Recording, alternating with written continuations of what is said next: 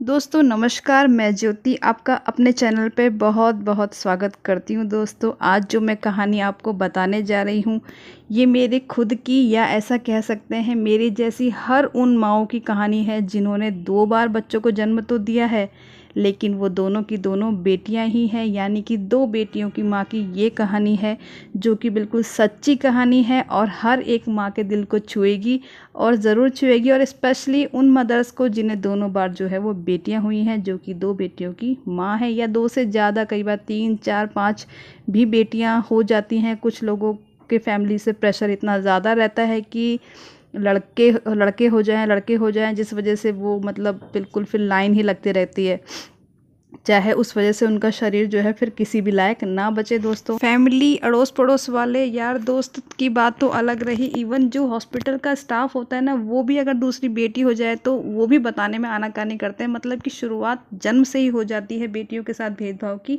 कि डॉक्टर्स भी एकदम से बताते नहीं हैं कि बेटी हुई है, वो भी थोड़ा घुमा फिरा के ही बोलते हैं। तो दोस्तों ये बहुत ही ज़्यादा ऐसा जो सीन बन जाता है ना, तो उससे ज़्यादा कई मतलब नर्वसनेस जो आ जाती है वो मदर्स पे हॉस्पिटल से ही आनी शुरू हो जाती है। तो माइंड में ऑटोमेटिक ही चलने लगता है कि ये मतलब लड़की हो गई है तो अब पता नहीं सबका रिएक्शन कैसा निकल कर आएगा। ऐसा माना जाता है कि बेटियां हो गई हैं बार बार तो वंश कैसे बढ़ेगा, लेकिन ये नहीं सोचते हैं कि अगर बेटियां ही नहीं होंगी तो वंश बढ़ाने वाला भी कैसे होगा।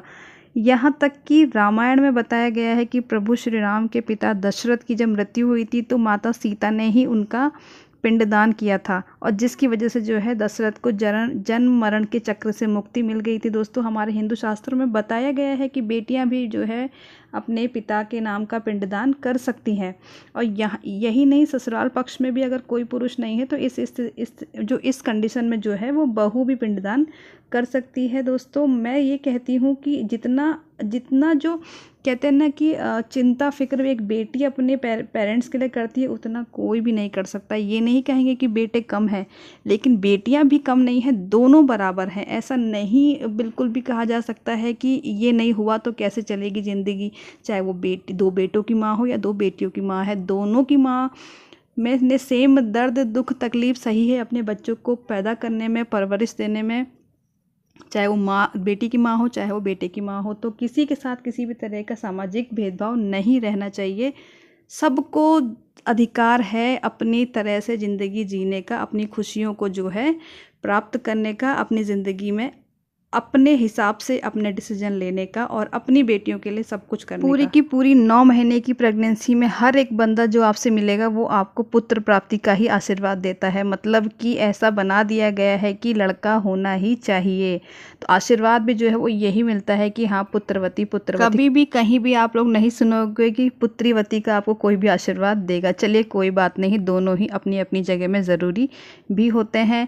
हॉस्पिटल से आपको घर भी नहीं आने देते हैं लोग, आपके घर आने से पहले ही आपके जो आपसे घर आके भी मिलते हैं वो भी आपको मतलब खुद ही, और जो बंदी अपने आप को अभी उसके टाँके भी सही नहीं हुए हैं, पेन भी सही नहीं हुआ, वो माइंड में यही सोचते रहती है कि ये पता नहीं क्या बोलेंगे, ये अब क्या पूछेंगे। अच्छा ऐसा मुंह बनाएंगे कि चाहे वो फैमिली वाले हैं या अड़ोसी पड़ोसी हैं, एक अपनी माँ होगी जो सच में आंसू बहा रही होगी कि भगवान फिर से क्यों बेटी दे दी मेरी बेटी को, क्योंकि उसे जो है वो क्योंकि जानती हैं कि सामाजिक किस तरह की चीज़ें उसे जो है फेस करनी पड़ेगी। अब उसके अलावा अपनी माँ के अलावा बाकी सभी लोग आपको कहीं ना कहीं ज़रूर फील और महसूस करा देंगे कि भाई आपकी दूसरी भी बेटी हो चुकी है। और अगर लड़कियां हो गई तो लोग इस तरह से प्रेशर बना देते हैं, मतलब कि एक बच्चे का जन्म हुआ है, बंदी अभी हॉस्पिटल से घर भी नहीं आई है, उसी समय टिप्स एंड ट्रिक्स बताने लगते हैं कि चिंता मत करो अगला जो है वो लड़का ही होगा, या ओ हो अच्छा लड़की हो गई, चलो कोई बात नहीं अगली बार लड़का हो जाएगा। समझ में नहीं आता कि वो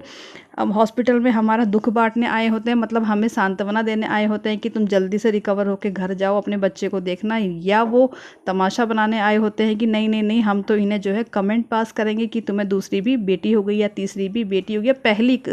बहुत सारे लोग तो ऐसे जो पहली बेटी में ही बोलने लगते हैं ओहो हो अच्छा लड़की हो गई, चलो कोई बात नहीं अगली बार तो लड़का ही होगा, जल्दी जल्दी लड़का हो जाएगा, अगली बार ट्राई करना। और ये वही औरतें होंगी जो पूरे दिन अपनी बेटियों से अपने बेटों की चुगली करती रहती हैं, मतलब कि मेरा बेटा खराब है, हाय मेरे बेटे जैसा गंदा कोई नहीं है। और उन माँओं को जो है वो बेटा चाहिए होता है घर में कि हाँ ना ना कोई बात नहीं, लेकिन चाहे बुराई करने के लिए ही सही होना चाहिए बेटा।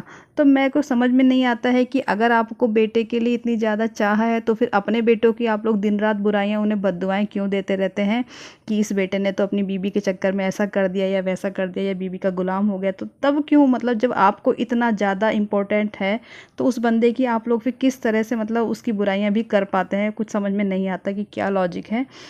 फ़िलहाल अपनी बेटियों के साथ हर एक माँ बहुत ज़्यादा खुश रहती है। जैसे जैसे बेटी को बढ़ता देखती है और बेटियाँ अपनी माँ का दुख दर्द बांटने लगती हैं, समझने लगती हैं, तो बस एक माँ तो सब कुछ भूल जाती है। साथ ही साथ पिता भी जो है वो इन सब चीज़ों को स्वीकार कर लेता है और अपनी ज़िंदगी में आगे बढ़ जाते हैं। फिर चाहे दुनिया जो भी समझे, जो भी कहे, कोई बात नहीं। इन सब चीज़ों पे, इन सब तानों से ये सब ताने ही होते हैं जो हमें और ज़्यादा मोटिवेट करते हैं कि हमें और ज़्यादा दिनों दुगनी रात चौगनी जो है अपनी बेटियों पे मेहनत करनी है और सच में उन्हें ऐसा नाम दिलाना है कि सोच में पड़ जाए वो सोच रखने वाले कि हाँ, इन्हें जो है दूसरी या तीसरी भी बेटी हो गई तो अब ये लोग क्या करेंगे, चाहे वो कोई भी हो। दोस्तों, हर एक इंसान अपनी खुशी से नहीं, दूसरों की खुशी से जो है वो ज़्यादा टेंशन में आ जाता है। अगर हम अपनी बेटियों के साथ बहुत ज़्यादा खुश रहेंगे तो सामने वाला जो है अपने बेटे होने का जो खुशी है ना, उसे भी भूल जाएगा और हमारी खुशी के चक्कर से अपना दुखी हो जाएगा। तो ये ज़्यादा अच्छा रास्ता। हर एक बात को साइड रखो, अपने दिमाग में रखो। हाँ, किसने आपके साथ कैसा किया, क्या किया, कोई बात नहीं, समय आने पर जवाब भी देना चाहिए। लेकिन ये टाइम जो है हमें अपने बच्चों के लिए ही, उन पे ही मेहनत करनी है। ये नहीं कि हाँ, अब फिर से लाइन लगा दो, अपने अपने भी शरीर का नाश मारो और जो आपके पास बच्चे आ चुके हैं उनकी भी बर्बादी हो जाए, उनके लिए भी जो हमने सपने देखे हैं वो भी हम पूरा ना कर सके। दोस्तों, ये छोटी सी मेरे जैसी हर उस महिला की कहानी है जो इस दौर से गुजर रही होगी या गुजरने वाली है या गुजर चुकी है। दोस्तों, उम्मीद करूँगी आपको कहानी दुख भरी ज़रूर है लेकिन पसंद आई होगी। मिलती हूँ अगले वीडियो में, तब तक के लिए बाय।